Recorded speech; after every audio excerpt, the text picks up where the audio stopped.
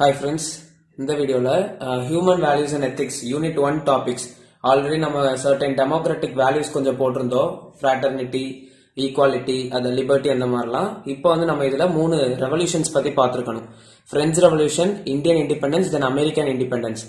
இது தெரிஞ்சிருக்கணும் மூணுமே. ஃபர்ஸ்ட் நம்ம இந்த வீடியோல இப்போ பிரெஞ்சு ரெவல்யூஷன் வந்து கவர் பண்ணுவோம். ஓகேவா? ஸோ பிரெஞ்சு ரெவல்யூஷன் எக்ஸ்பிளைன் பண்ணி கேட்டாங்கன்னா ரெவல்யூஷன் எக்ஸ்பிளைன் பண்ணா போதும். பட் பிரெஞ்சு ரெவல்யூஷன்ல இருந்த டெமோக்ராட்டிக் வேல்யூஸ் என்னெல்லாம் கேட்டாங்கன்னா அதை வித் ரெஸ்பெக்ட் டு த கதை நான் இப்போ ஒன்று சொல்லுவேன், அதை பேஸ் பண்ணி அதுல என்னெல்லாம் டெமோக்ராட்டிக் வேல்யூஸ் நமக்கு இருக்கும் அப்படின்றத ரெப்ரசென்ட் பண்ணா போதும். ஓவராலா வேர்ல்டு டெமோக்ரஸிஸ்ல அந்த டெமோக்ரஸி கண்ட்ரி அதுக்கு எப்படி ரெவல்யூஷன் என்ன நடந்துச்சு அப்படின்ற மாதிரி தான் கேட்பாங்க. ஸோ இப்போ நம்ம பிரெஞ்சு ரெவல்யூஷன்ஸ் பத்தி பார்ப்போம். ஸோ பிரெஞ்சு ரெவல்யூஷன்ல பேசிக்கா என்ன பீரியட்ல பிரெஞ்சு ரெவல்யூஷன் நம்ம சொல்லுவோம்னா 1789 இருந்து 1799 வரைக்கும் தான் பிரெஞ்சு ரெவல்யூஷன்ஸ். ஓகேவா? ஸோ இதுல என்ன நடந்துச்சுன்ற நான் கதையை ஃபர்ஸ்ட் சொல்லிட்டு தென் நான் இதுல நோட்ஸ்ல நான் எழுதிருக்க பாயிண்ட்ஸ் காட்டுறேன்.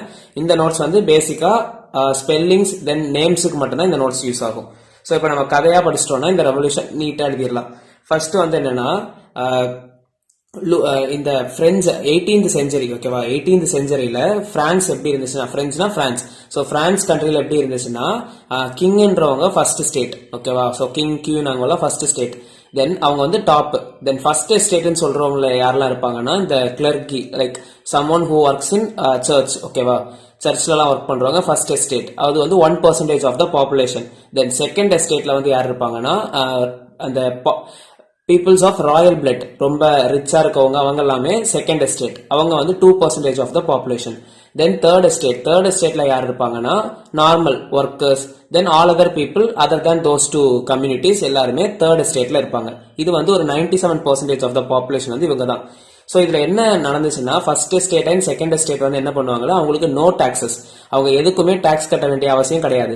பட் தேர்ட் பாப்புலேஷன்ல இருந்தாங்க இல்லையா நார்மல் பீப்புள் அண்ட் ஒர்க்கர்ஸ், அவங்க வந்து மோர் தேன் ஆஃப் டாக்ஸ், எல்லா டாக்ஸுமே அவங்க தான் கட்டுற மாதிரி இருந்துச்சு. ஸோ இது என்ன நடந்துச்சுன்னா இந்த மூணாவது எஸ்டேட்ல இருக்காங்க இல்லையா அந்த பீப்புள்ஸுக்கு என்ன நடந்துச்சுன்னா நாங்க மட்டும் ஏன் ஃபுல் டாக்ஸ் கட்டிட்டு இருக்கோம் அப்படின்றதுனால பிரான்ஸ்ல அங்கங்கேயா போராட்டம், வெடிப்பு அதெல்லாம் நடந்துட்டு இருந்துச்சு. ஓகேவா? ஸோ அதனால என்ன பண்ணாங்கன்னா அந்த டைம்ல ஆட்சியில இருந்த கிங் வந்து யாருன்னா Louis 16, king of France, Louis 16. So இவங்க தான் கிங்கா இருந்தாரு.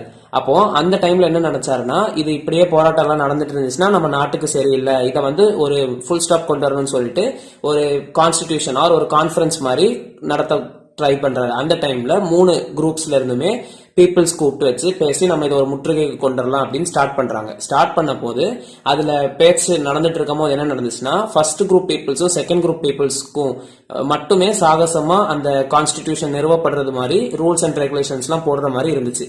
அப்போ உடனே என்ன சொன்னாங்கன்னா தேர்ட் குரூப் பீப்புள்ஸ் வந்து நீங்க உங்களுக்கு வேண்டி சாகசமா பண்ற மாதிரி இருக்கு, நாங்க வந்து எங்களுக்கு இதுல வந்து ஒத்துப்பாடு இல்லைன்னு சொல்லிட்டு வழிநடப்பு பண்ணிட்டாங்க. அப்ப இந்த தேர்ட் குரூப் பீப்புள்ஸ் வந்து அப்போ எல்லாருமே அந்த இடத்துல இருந்து நீங்கி போயிட்டு தென் அவங்க என்ன சொல்றாங்கன்னா எங்களுக்கான ரூல்ஸ் எல்லாத்தையுமே நாங்களே எடுத்துக்கிறோம், எங்களுக்கு என்னெல்லாம் வேணுமோ அதை நாங்களே பண்ணிக்கிறோம் அப்படின்ற மாதிரி மொத்த ரெப்ரசன்டேஷன்ஸுமே அவங்களே பண்றதுக்கு ட்ரை பண்றாங்க. ஓகேவா? அப்போ வந்து அவங்க வெளியே போயிட்டு அவங்களுக்குள்ள கான்ஃபரன்ஸ், அவங்களுக்குள்ள எல்லாமே பேசி கரெக்ட் பண்ணாங்க இல்லையா, அதுதான் நேஷனல் அசம்பிளி அப்படின்ற ஒரு கான்செப்ட் வந்ததுதான் நேஷனல் அசம்பிளி. ஓகேவா? ஸோ அதுக்கு தான் நேஷனல் அசம்பிளின்னு சொல்லுவோம். ஸோ இந்த நேஷனல் அசம்பிளி வந்து தேர்ட் குரூப் பீப்புள்ஸால கொண்டு வரப்பட்டது. ஸோ இந்த நேஷனல் அசம்பிளி ஒரு பக்கம் நடந்துட்டு இருக்கு. அந்த நேஷனல் அசம்பிளினால என்னெல்லாம் நடந்துச்சுன்னா அதை அவங்க நிறுவிட்டாங்க. அந்த நேஷனல் அசம்பிளி வழியா ஈக்குவல் டாக்ஸ் கட்டுறது, right of freedom, right of religion, separation of powers, rights of speech and idea of liberty, இதெல்லாமே அந்த நேஷனல் அசம்பிளில அவங்க நிறுவப்பட்டது. இதெல்லாத்தையுமே கொண்டு வந்துட்டாங்க. Right to vote for all men, இந்த மாதிரி நிறைய பாலிசிஸ் எல்லாத்தையுமே அவங்க கொண்டு வந்துட்டாங்க. ஓகேவா? தென் இதெல்லாம் கொண்டு வந்துட்டாங்க. இதை கொண்டு வரதுக்கு முன்னாடி இந்த இதெல்லாம் நடந்துட்டு இருக்கும் போது இந்த லூயிஸ் கிங் இருக்காரு இல்லையா, ஸோ நாங்க வந்து எங்களது நீங்க மதிக்காம நீங்க ஒண்ணு நடத்திட்டு இருக்கீங்களா அப்படின்றது மாதிரி அதை கலைச்சுடுறதுக்கு, அதை வந்து ஸ்டாப் பண்றதுக்கு என்ன பண்ணாருன்னா இவரு certain amount of soldiers and troops எல்லாத்தையுமே அனுப்பி அதை வந்து நீங்க எப்படி நடத்துறீங்க, நாங்க வந்து உங்களை நடத்த மாட்டோம் அப்படின்னு சொல்லிட்டு சண்டைக்கு அனுப்புறாங்க. அப்போ உடனே என்ன பண்றாங்கன்னா இந்த தேர்ட் குரூப் பீப்புள்ஸ் இருக்காங்க இல்லையா அவங்க வந்து நிறைய சோல்ஜர்ஸ் வந்து முறியடிச்சிட்டாங்க, லைக் அவங்கள கில் பண்ணிட்டாங்க. தென் என்ன பண்ணாங்கன்னா அந்த டைம்ல இருந்த ஒரு பிரிசன், ஒரு ஜெயில் அந்த மாதிரி, ஸோ பார்சடைல் பிரிசன் நினைக்கிறேன், ஸ்டார்மிங் ஆஃப் பாஸ்டைல் பிரிசன் சொல்லுவாங்க. ஜூலை 14, 1789 அதுல என்ன நடந்துச்சுன்னா நிறைய சோல்ஜர்ஸ் அவங்கள தாக்க வந்தவங்க எல்லாம் கொண்டுட்டாங்க. தென் அந்த ஜெயில இருந்த கைதி அதுக்கப்புறம் அவங்க எல்லாம் ரிலீஸ் பண்ணிட்டு அதுல இருந்த நிறைய ஆயுதம் வெப்பன்ஸ் எல்லாத்தையுமே இந்த தேர்ட் குரூப் பீப்புள்ஸ் வந்து கைப்பற்றிட்டாங்க. ஓகேவா, ஸ்டார்மிங் ஆஃப் பாஸ்டைல் பிரிசன் சொல்லுவாங்க அது. இது வந்து நடந்துருச்சு.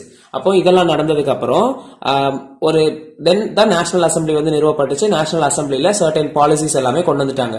தென் அதுக்கப்புறம் என்ன நடந்துச்சுன்னா கொஞ்ச நாள்ல நியர்பை கண்ட்ரீஸ், இந்த பிரான்ஸ் நியர்பை கண்ட்ரீஸ் ஆஸ்திரியா இந்த மாதிரி கண்ட்ரீஸ்ல என்ன பண்ணிட்டாங்கன்னா இது வந்து கரெக்டான ஆட்சி அங்க நடக்க மாட்டேங்குது, நாங்க வந்து உங்க மேல வந்து போர் நடத்த போறோம், வார் நாங்க வந்து உங்க மேல தொடுக்கிறோம் அப்படின்ற மாதிரி கொண்டு வந்துட்டாங்க. அப்போ அதுக்கு வந்து என்ன பண்ணிட்டாங்கன்னா அந்த டைம்ல ரூலிங்கா இருந்தது வந்து லூயிஸ் 16 தான். அவர் வந்து அதை எதிர்த்து நிக்காம அதுக்கு வந்து துணை போயிட்டாரு, ஆஸ்திரியா கூட ஜாயின் பண்ணி போர் தொடுக்கிற மாதிரி அலோவ் பண்ணிட்டாரு. அப்ப என்ன நடந்துருச்சுன்னா இது வந்து இந்த இந்த பிரான்ஸ்ல இருக்காங்க இல்லையா பீப்புள்ஸ், அவங்களுக்கு வந்து இதெல்லாம் புரிஞ்சதுக்கு அப்புறம் அது வந்து எப்படி நீங்க பண்ணுவீங்கன்ற ஒரு கிரைசிஸ்ல இதெல்லாம் தெரிஞ்சதுக்கு அப்புறம் இந்த லூயிஸ் 16 வந்து கொண்டுட்டாங்க. லைக் அப்ரூவல் வாங்கி கில் பண்ணுவாங்க இல்லையா, அந்த மாதிரி கில் பண்ணிட்டாங்க. ஸோ அவங்களை கில் பண்றதுக்கு யூஸ் பண்ண மிஷின் தான் கில்லட்டைன் சொல்லக்கூடிய மிஷின். அந்த மிஷின்ல தான் அவங்களை வந்து கொண்டுட்டாங்க. ஸோ இதுல வந்து கொண்டுட்டாங்களா. And moreover certain period of டைமுக்கு அப்புறம் அவங்களோட கிங், அந்த டைம்ல இந்த கிங் வந்து யாருன்னா ஆஸ்திரியா கிங் வந்து அந்த டைம்ல அந்த கியூன் வந்து யாருன்னா மேரி ஆண்டோர்னட்டி இவங்களையுமே கொண்டுட்டாங்க. லைக் ஆஃப்டர் தட் சர்டன் இஷ்யூஸ்னால நிறைய பேச்செல்லாம் போனதுனால அவங்களையுமே அதுக்கப்புறம் கில் பண்ணிட்டாங்க, மர்டர் பண்ணிட்டாங்க. இதெல்லாமே இந்த கில்லட்டைன்ன்ற மிஷின்ல நடந்துச்சு. தென் அப்போ இவங்க வந்து இப்போ போயாச்சு. இந்த டைம் என்னன்னா ஒரு மிலிட்டரி ஆபீசர் லைக் இட்டாலியன் கிட்ட கோர்சிகான்ற ஒரு ஐலாண்ட்ல இருந்து வந்த ஒரு குடும்பத்தை சேர்ந்தவர் தான் நெப்போலியன் போனாபார்ட்டே. ஓகேவா, நெப்போலியன் போனாபார்ட்டே. இவர் வந்து 1769 கோர்சிகான்ற ஐலாண்ட்ல இருந்து பிறந்தாரு. அவர் வந்து என்னன்னா இந்த பிரான்ஸ்ல வந்து ஒரு மிலிட்டரி மேன் ஆகுறதுக்கு வேண்டி ஒரு மிலிட்டரி காலேஜ்ல ஜாயின் பண்ணி படிச்சுட்டு இருந்தாரு. படிச்சு மிலிட்டரி ஆபீசராகவுமே மாறிட்டாரு. தென் அவர் வந்து இது எல்லாத்தையுமே நோட் பண்ணிட்டு இருக்காரு. பிரான்ஸ்ல தானே இருக்காரு. இதெல்லாம் நோட் பண்ணிட்டு இருந்தப்போ அவர் வந்து இந்த தேர்ட் குரூப்ஸ் பீப்புள்ஸ் கூட ஜாயின் பண்ணிட்டு நிறைய வார் அதுக்கப்புறம் நிறைய இதுல எல்லாமே விக்டரி பார்த்திருக்காரு. அப்ப ஃபர்ஸ்ட் விக்டரி வந்து அவருக்கு என்ன நடந்துச்சுன்னா ஆஸ்திரியா இந்த பிரான்ஸ்குள்ள வந்து கைப்பற்றதுக்கு வந்தாங்க இல்லையா, லூயிஸ் 16 கூட ஜாயின் பண்ணி. அப்போ வந்து இதுக்கு விக்டரி கிடைச்சது. அதாவது பிரான்ஸ் வின் பண்ற மாதிரி இருந்ததுக்கு மொத்த சப்போர்ட்டுமே கொடுத்தது வந்து யாருன்னா இந்த நெப்போலியன் போனாபார்ட்டே. அவரால்தான் பிரான்ஸ் வந்து வின் ஆச்சு. சோ அதனால என்ன பண்ணிட்டாங்கன்னா தேர்ட் பார்ட்டி, இந்த third estate groups of peoples national assembly எல்லாம் கொண்டு வந்தாங்க இல்லையா, அவங்க வந்து நெப்போலியன் போனாபார்ட்டே ஒரு ஹெட் மாதிரி ட்ரீட் பண்ணிட்டாங்க. அவங்களோட ஒரு ரூலிங் பார்ட்டியோட ஹெட் மாதிரி அப்படின்ற மாதிரியே ட்ரீட் பண்ணி வச்சிட்டு இருந்தாங்க. தென் அதுக்கப்புறம் என்ன நடந்துச்சுன்னா இவங்க வந்து என்ன பண்றாங்கன்னா இந்த நெப்போலியன் போனபார்ட்டே வந்து நம்ம இந்தியாவை கைப்பற்றுறதுக்கு வேண்டி, அதாவது இஜிப்ட் வழியா வந்து இந்தியாவை வந்து கைப்பற்றலாம். அப்ப வந்து இந்தியா வந்து பிரிட்டிஷ் ஆட்சியில இருந்துச்சு.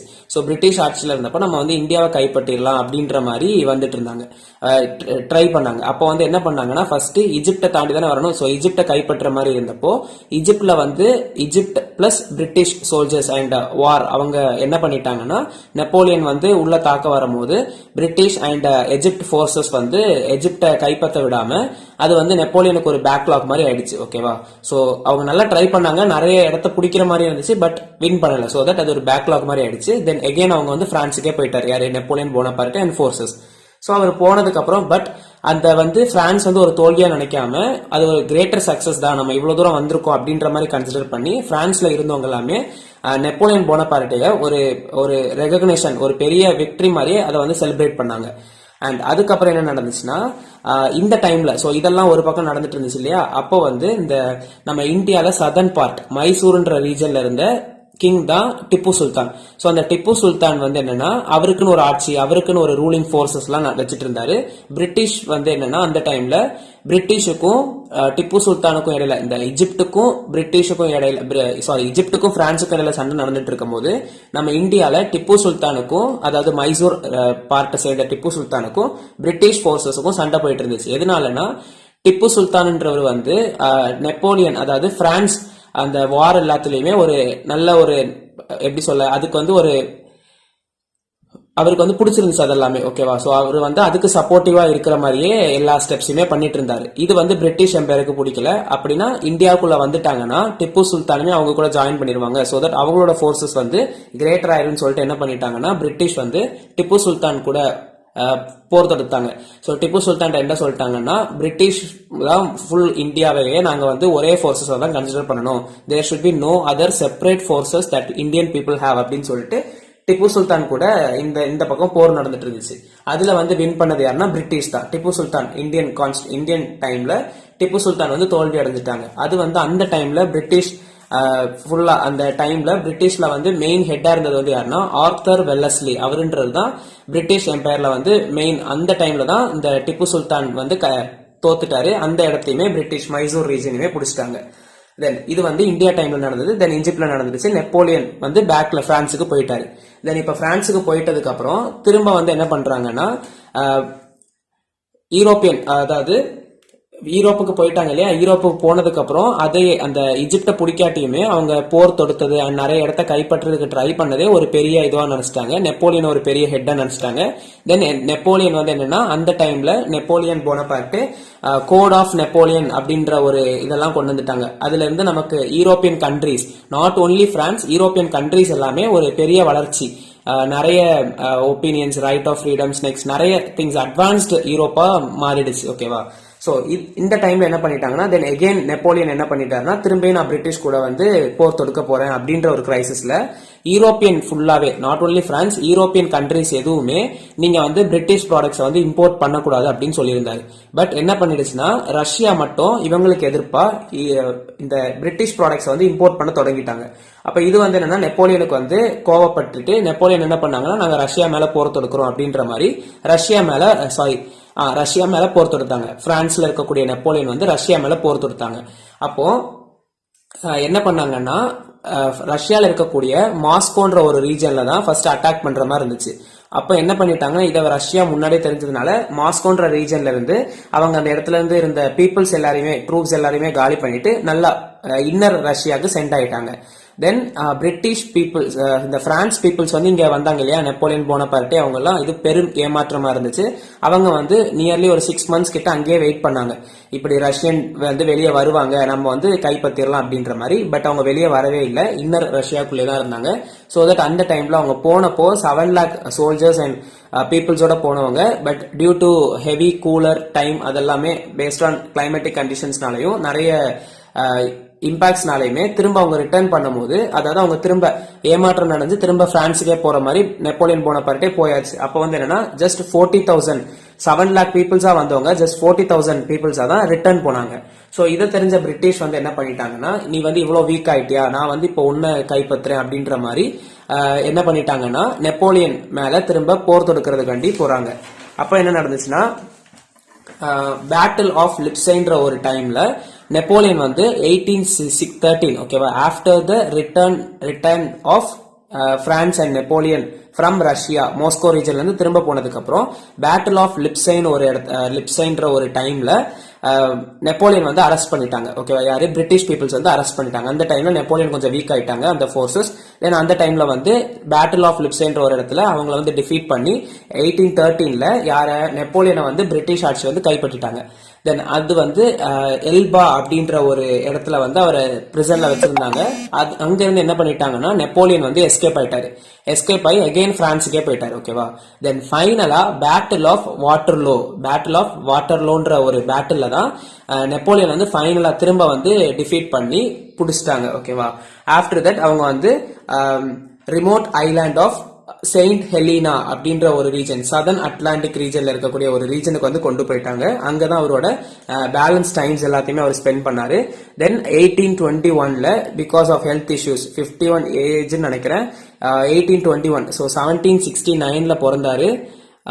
தென் 1789ல இருந்து 1799 வரைக்கும் இந்த பிரெஞ்சு ரெவல்யூஷன்.